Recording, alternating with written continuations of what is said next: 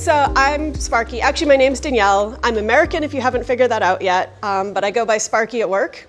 Also, Americans don't call electricians Sparky, so I'm not an electrician. I got asked to give a talk once, and when I showed up and didn't give a talk on electrical engineering, they got a bit confused. That's when I learned that they assumed Sparky meant electrical. So I'm a software reliability engineering manager at Google here in London, but I was in the Bay Area headquarters for 8 years before that. And just wanted to give you a little information about I've learned on my diversity and inclusion journey and some stuff that might help, and you're kind of considering perspectives of where you want your company to go. So first of all, I want to start with some terminology. I'm going to say there is not a right and a wrong way to talk about diversity. Okay, no, wait, there is a wrong way. Please. We all know there's some wrong ways. But it is better to speak honestly and to try than to avoid the awkward conversation. So this is the only time I'm going to positively say lean in to that conversation. Give it a try. All right, so diversity. Individuals are not diverse. Your candidate is not diverse. That person is not diverse.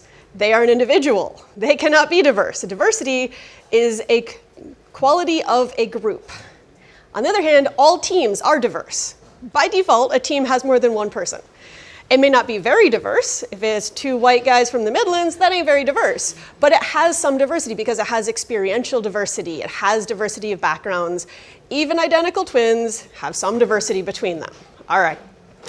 But that is, when you're talking about diversity, you are talking about a characteristic of a team and the differences within its makeup. Secondly, I'm going to use the word underrepresented group a lot.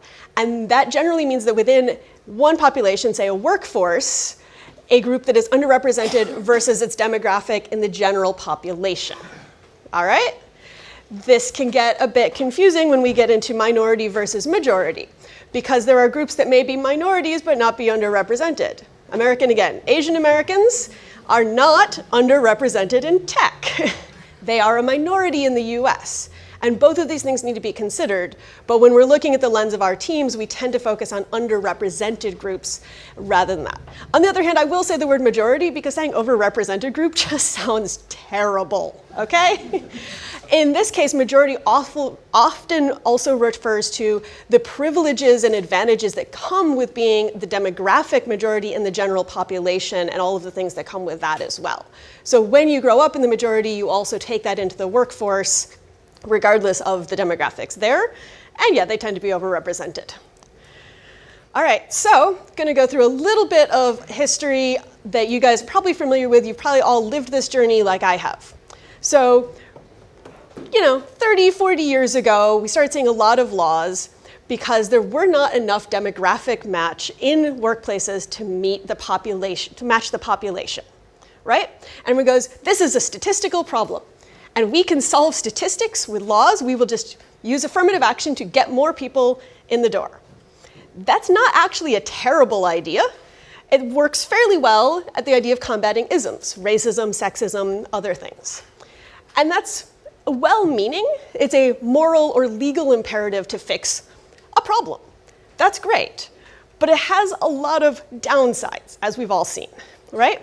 You end up with tokenism, you end up with resentment from the majority, you end up with people saying things like, I don't see race. But that sort of demographic blindness means they're also discounting all of the experiences and challenges that people from those underrepresented groups have experienced up to that point and are continuing to experience.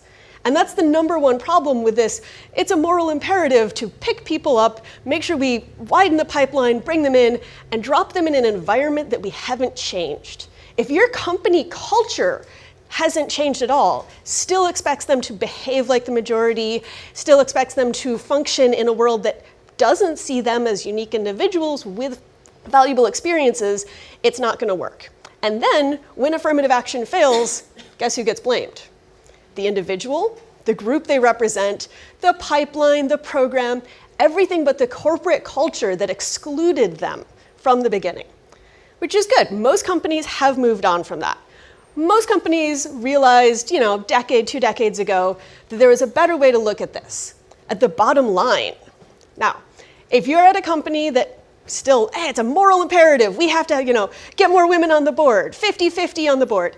Let's not get into the whole, you're assuming a binary gender demographic when you're saying 50-50 on the board, but whole other problem there. But if you're at a company that's still doing that, or you know some senior leaders who are still in that mindset, that's okay. This is a journey. Everyone is on it, and we're working on it.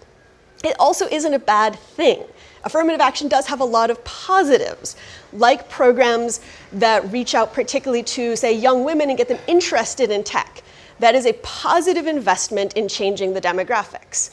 But there's a much better case, which is when companies want to improve the bottom line by having a diverse workforce.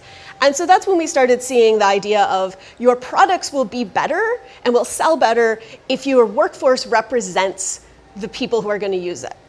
So here's the story of where the nickname Sparky came from. I started university, the same year that the first Xbox came out. Don't try and age me, it's very scary. The very first Xbox, for anybody in the room who remembers that, had awful controllers. The very first controllers were too large for my hands.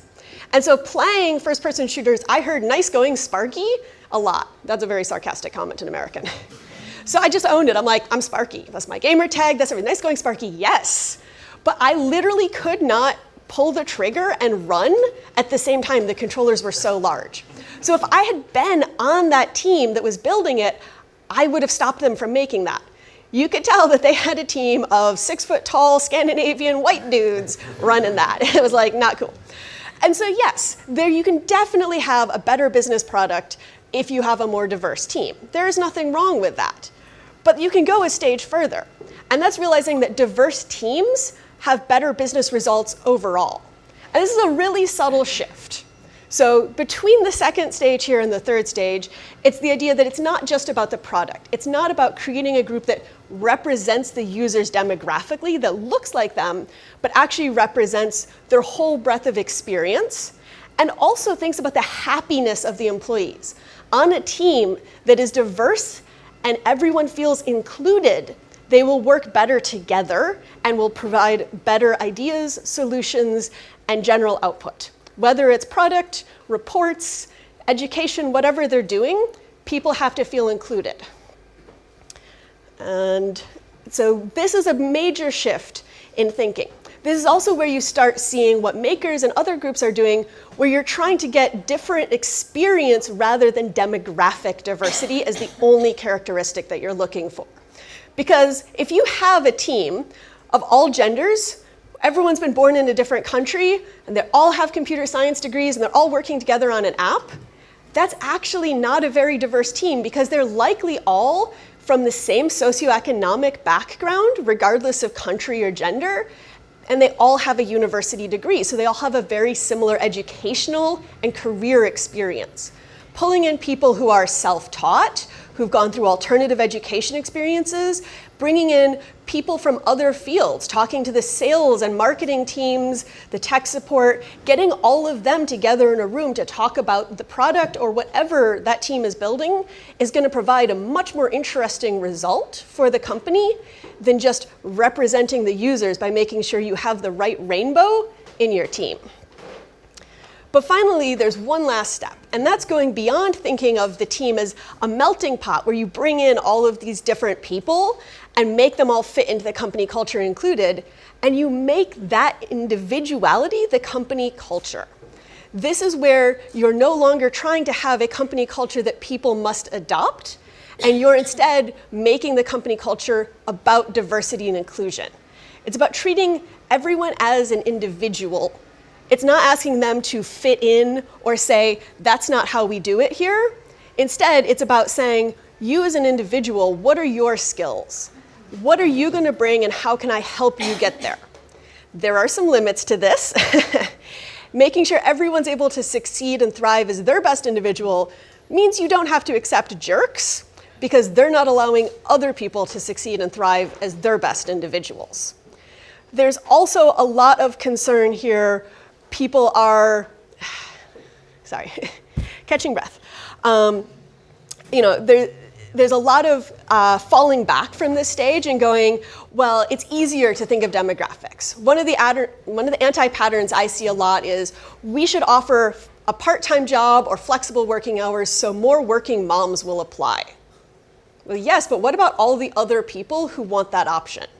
if you don't even mention it to them, if you don't advertise it to them, if a guy is interviewing for a software engineering role and you don't tell him that there's a part-time or flexible option, you're missing out on the people who might want that job, but only if that option was available, whereas you're assuming that the individuals in a certain demographic group want that. And so that's about letting go of all of those preconceived notions and making all of those options available to everyone rather than stereotyping and biasing. And you have to just really pull that out of your company culture. And so I want you to reflect a little bit about where your company is. And I'm going to say almost no company is at the end of this journey, and I'm not sure it's the end. This is based on a body of research I can talk to you about, but there are probably more stages. A lot of companies are still just getting into that last stage where they're thinking about how do we get rid of this is us culture and say this is us. We are the company. And so we're all on this journey together. We're all trying this, and you'll see different people and different leaders within a company at different stages as well. But you can also help change this. You can think about where you want your employer to be and help provide those changes. And so I'm going to give you a couple of quick tips that you can take back. So first of all, we need to redefine success. This is where I make fun of lean in, because that's a word that's basically saying act like the successful guys. This is the change we have to make. The culture can't be, this is what succeeded before, so we need to keep doing the same. Particularly when we're in an industry that's all about change. The technology I work on now didn't exist 10 years ago. So don't tell me that the culture that was working 10 years ago is the culture I still need to fit into. Especially as we're hiring so many young people who don't know anything about that culture or the technology that I was working on when I started in my career. Second of all, same thing, look at your job descriptions and job ladders. You've probably all done the thing where you purge the sexist language, right? That's great. But there's another step, which is those were written by people who are successful in their job in the past, right? Who writes the job ladders? A senior engineer with some HR person. They're going to write how they got there. That means they're defining one path to experience. So look at having a committee review it, look at getting other viewpoints, talk to people about how they would see success in alternative ways. How could somebody get to the next level at that job the same way without following that checklist? Make it about impact, what they're able to do rather than how they do it. Because when you tell people how to do stuff, you're saying there is a right and wrong way to behave, and that's almost always going to be the majority way to behave. And finally, look at glue work and collaborative work that has long-term effects but doesn't have immediate impact. This is so valuable. You probably all know somebody on one of your teams who's that person who knows what every other team is doing, who raises those flags, goes, oh, we've got to talk about this. These people have this great idea. Oh, there's a risk here. This person's not feeling very well. They might burn out. Use those people and really boost them and amplify them, because that work is so undermined so often. But that's the critical work that everyone in the company can be providing, but never makes it on the job ladders. Next, it is up to everyone. Y'all know that, you're in the room.